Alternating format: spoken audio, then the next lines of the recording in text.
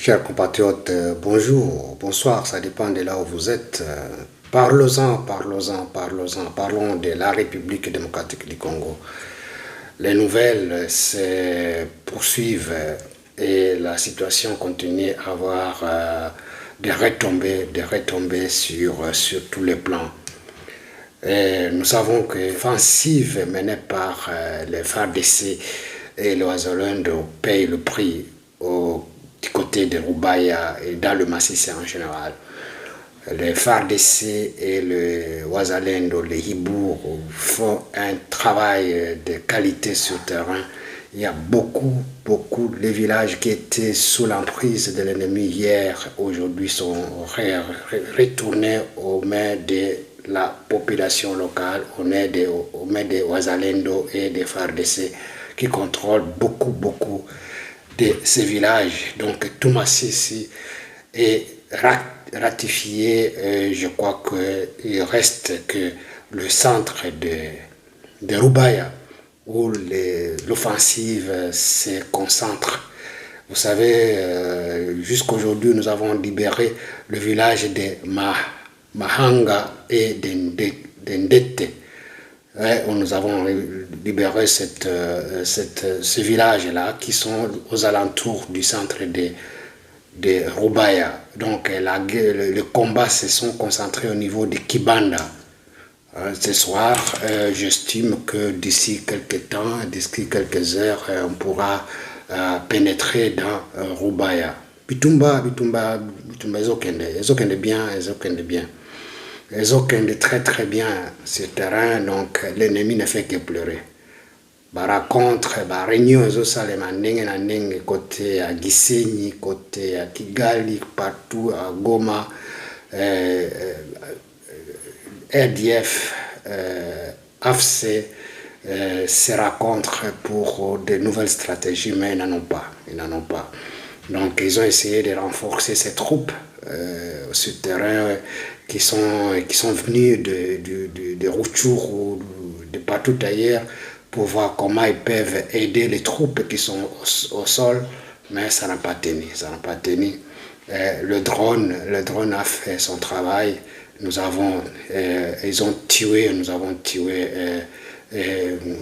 Willy Ngoma qui est le porte-parole de M23 AFC. De quel orgueil! Il s'enorgueillait de tous bords. Il faisait tout ce qu'il faisait.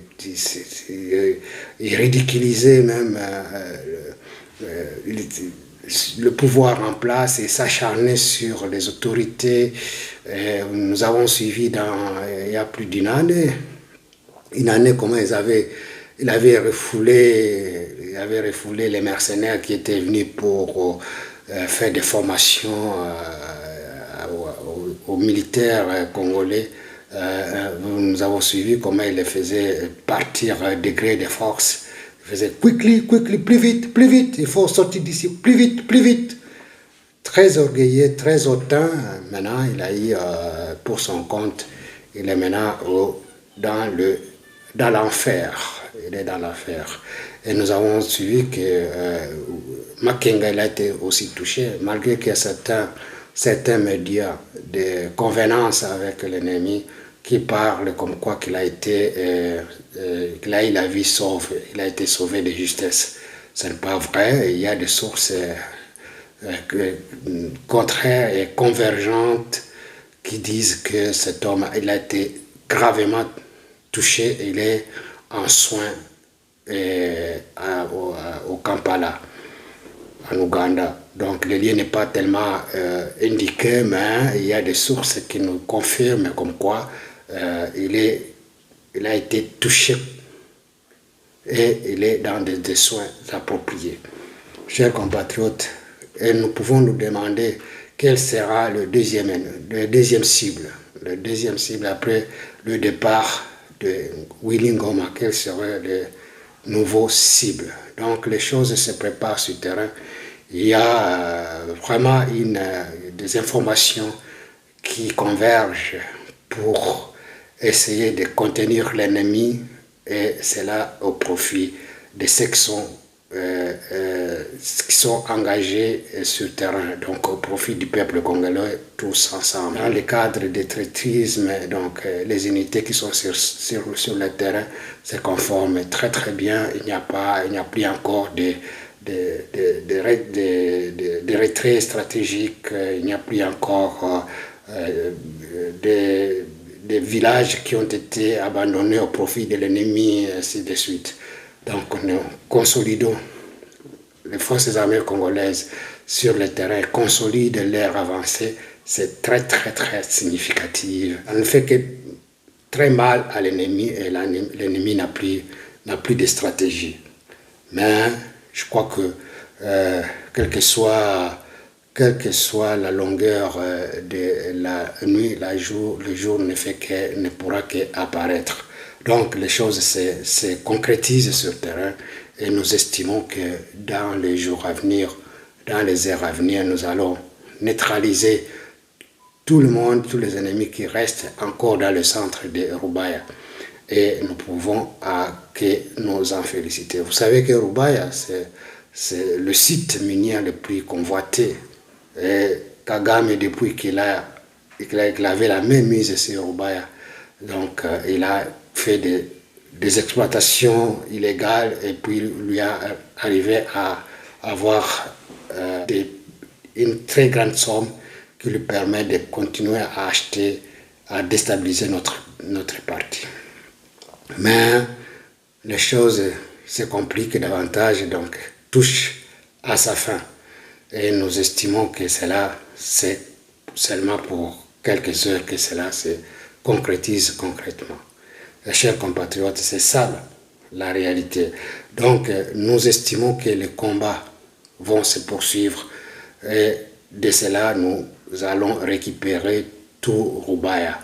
Et vous savez que Rubaya est parmi les sites que nous avons proposés aux États-Unis et qui est dans les accords de Washington et du gouvernement congolais.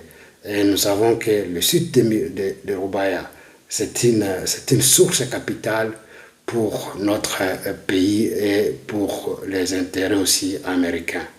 Et nous avons aussi les sites de Manono, là où on extrait le lithium. Le lithium, c'est aussi une matière rare qui est convoitée. Maintenant, nous avons donné ces sites aux Américains pour l'exploitation. Et les Américains ne peuvent venir une fois qu'il y ait la tranquillité, la paix et la restauration de l'autorité de l'État et son respect dans cette partie de l'Est.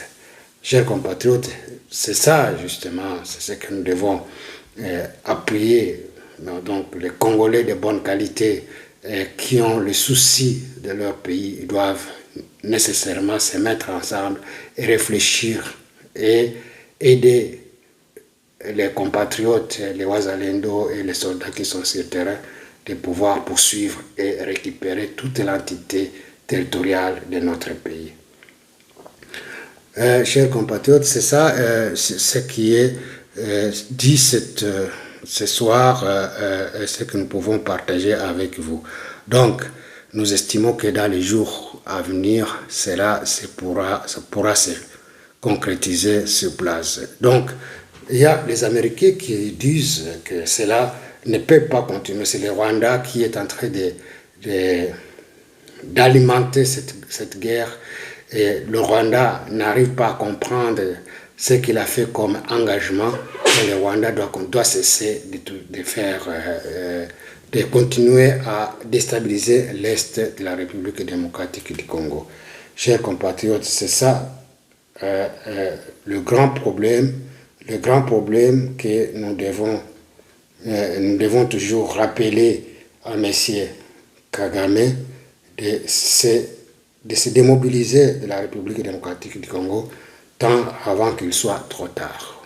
Puisque si nous disons que Willy Ngoma vient d'être tué, et le deuxième cible, d'abord nous dirons que le deuxième cible c'est Kagame lui-même, puisque Kagame on attend ce qu'il y ait des sanctions qui vont tomber sur lui. Et ces sanctions, donc, et sur son gouvernement, ne ne pourront que lui déstabiliser davantage.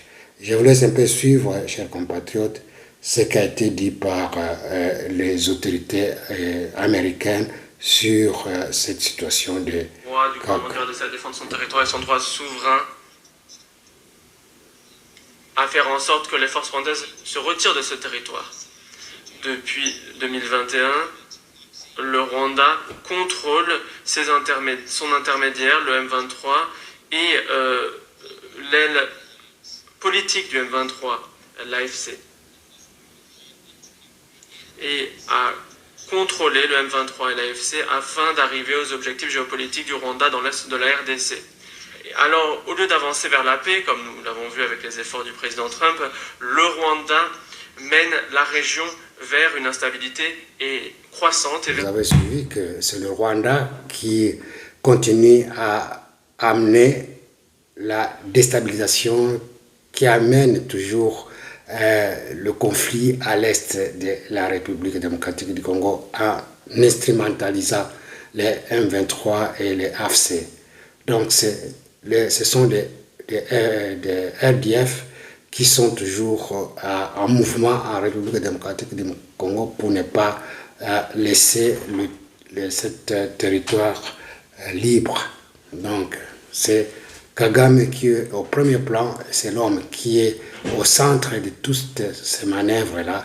Donc il faut qu'on mette pression sur Kagame afin que celui-ci puisse se retirer de la République démocratique du Congo. Chers compatriotes, il a toujours dit qu'il n'a pas peur des sanctions. On verra ce que ça va donner. Les jours qui viennent, des sanctions vont tomber et nous estimons que celui-là n'aura que les yeux pour pleurer. C'est ainsi qu'il essaie un peu de faire des manœuvres, d'essayer de changer de stratégie sur le terrain en envoyant les troupes à Rubaya avec des personnes militaires, entre autres les officiers rwandais qui étaient dans le convoi qui était conduit par Willy Ngoma et Makenga. Donc, tous ces gens-là, ils ont eu la mort ils ont été atteints par les drones. Nous apprendrons qu'il y a eu 9 officiers rwandais qui ont été aussi tués avec Willy Ngoma. Donc tout ça, ils cherchent une énième stratégie pour pouvoir rester à l'est et avoir la même mise sur la mine de Rubaya. Mais les choses se compliquent davantage. Il n'a pas beaucoup de manœuvres sur ce point-là. Et nous estimons que dans les jours à venir, il ne pourra que se retirer. Dans les cas contraires, les sanctions. Et le deuxième cible, s'il est atteint, et le troisième cible, donc la guerre pourra de lui-même s'arrêter. Et de là, il ne pourra pas continuer à envoyer des hommes sur le terrain. Et pourtant, il n'en a pas assez. Et nous apprendrons aussi qu'il a essayé de demander à son parrain, Museveni, de lui renforcer avec des hommes, mais celui-là, il semblerait qu'il a refusé. Il a refusé, il a vu que la lyre dans laquelle la situation s'est faite sur le terrain, et s'il arrivait à lui donner des hommes, c'est pour aller y laisser leur peau. Donc, au stade actuel, les soldats qui sont sur le terrain, les Wazalendo, ne tolèrent personne. Et toute personne qui s'engage à venir en République démocratique du Congo pour faire du mal, continuer à tuer nos compatriotes, continuer à déstabiliser cette partie, ils retrouveront Wazalendo et les hiboux à leur chaîne. Chers compatriotes, c'est ça le peu d'informations sur ce point-là que nous détenons et que nous avons voulu partager avec vous. Ce que nous pouvons retenir aussi de cette... il y a eu de combats aussi qui se déroulent au niveau de Minembwe. Vous savez que Minembwe, nous n'avons pas encore eu l'entrée dans le centre-ville.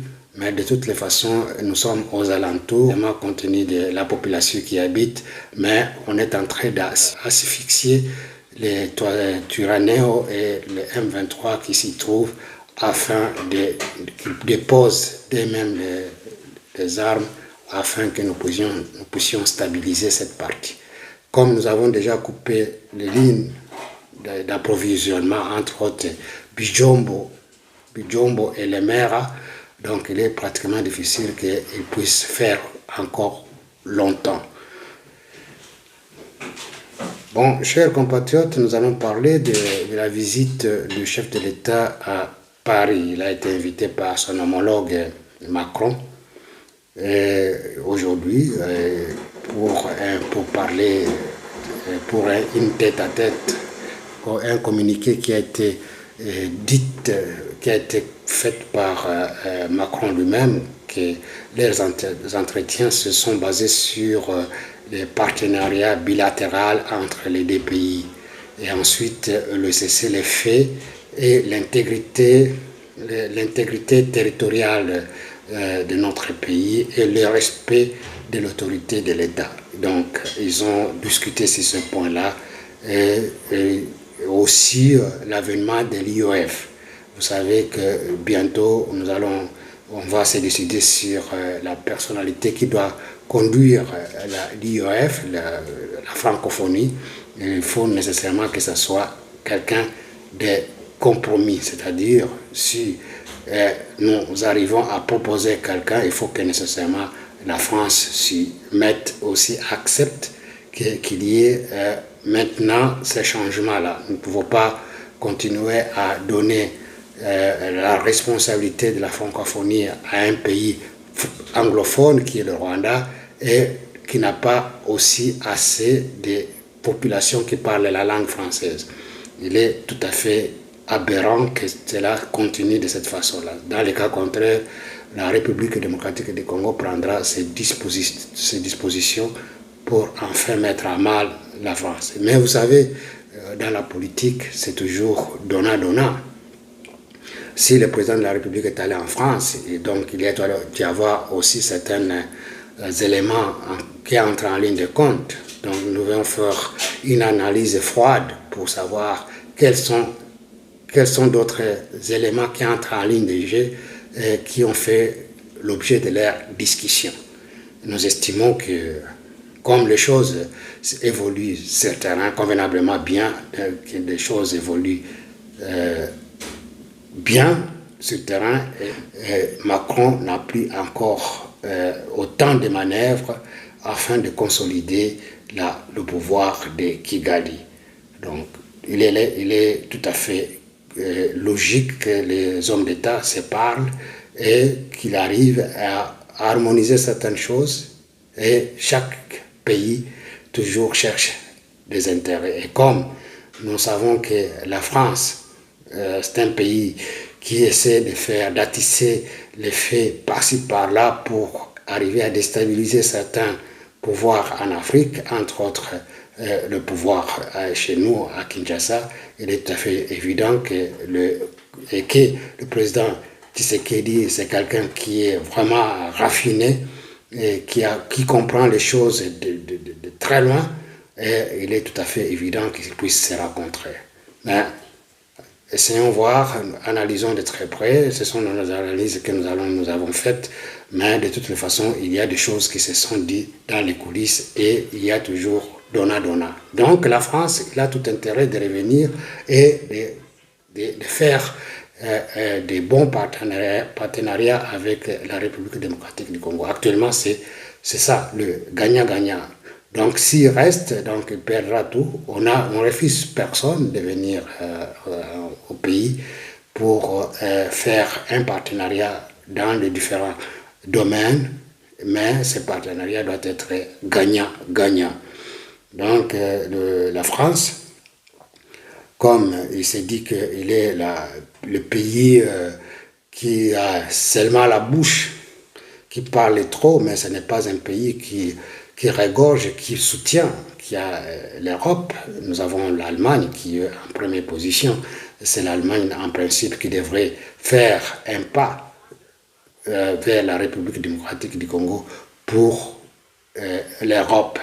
mais il doit être soutenu par la Belgique. Donc la Belgique doit faire des sommiers pour voir dans quel contexte il peut soutenir l'Allemagne pour enfin poser des gestes concrets en République démocratique du Congo pour le bien-être de tous, de faire des partenariats de bonne qualité. Chers compatriotes, c'est ça, mais nous estimons que le président de la République, en faisant ses déplacements, il connaît le bien de cause et nous estimons que dans les jours à venir, nous en connaîtrons un peu plus sur ce qui a été dit. Mais nous estimons que la France, Macron, quand il dit, ils se disent, c'est toi et entre les deux, l'un dit Félix, cher Félix, l'autre dit, donc, cher Emmanuel, cela détermine une certaine sympathie entre eux, mais si nous analysons de très près, il y a aussi une hypocrisie de la part d'Emmanuel. Donc Emmanuel ne dit pas vrai ce qu'il pense, il ne dit pas avec son cœur, il dit c'est avec ses intérêts. Donc comme il tirait beaucoup d'intérêts d'une façon obscure au niveau derrière Kagame, il était pour lui une façon de faire l'hypocrisie, de faire de beaux yeux chez le président Tshisekedi afin de tirer de l'autre côté sa couverture pour Kagame. Mais cela étant, les choses évoluent et changent compte tenu des contextes dans lesquels les cartes se présentent sur la table.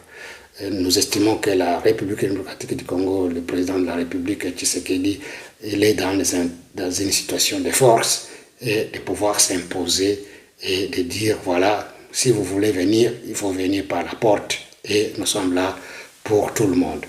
C'est ça l'objectif commun. Mais espérons voir que Macron ne pourra plus faire encore mettre en place une stratégie contraire à ce qui est vrai et profitable à tous. Chers compatriotes, il y a de cela 2 ans, Macron, Emmanuel avait dit à Tshisekedi qu'il est capable de ramener la paix à l'est de la République démocratique à une seule condition, qu'on lui donne tout ce qui est mine, qu'il essaie d'exploiter à sa guise, à son profit. S'il peut donner à la République, il ne pourra donner que 20 ou 30%. Bon, que le reste lui revienne. Le président Tshisekedi il a dit non. Donc, les minerais, c'est d'abord pour les Congolais et nous devons le faire 50-50. Dans le cas contraire, je ne suis pas partie prenante. Mais c'est ainsi que ça s'est séparé en quai de poisson. Aujourd'hui, nous sommes à une position de force et comme nous avons déjà signé les accords avec les États-Unis sur les minerais stratégiques, et cela oblige à tout homme politique de faire avec nous d'une façon correcte et au profit de toutes les nations. Chers compatriotes, c'est ça la réalité des choses. Nous ne pouvons que soutenir ce qui est déjà fait par le gouvernement congolais et de là, nous pouvons que nous en réjouir. Chers compatriotes, c'est à ce terme que je mets fin aujourd'hui à notre pourparler sur le Congo et je ne fais que vous souhaiter de bonnes choses chez vous et portez-vous bien et c'est pour la prochaine occasion. Merci beaucoup. Au revoir.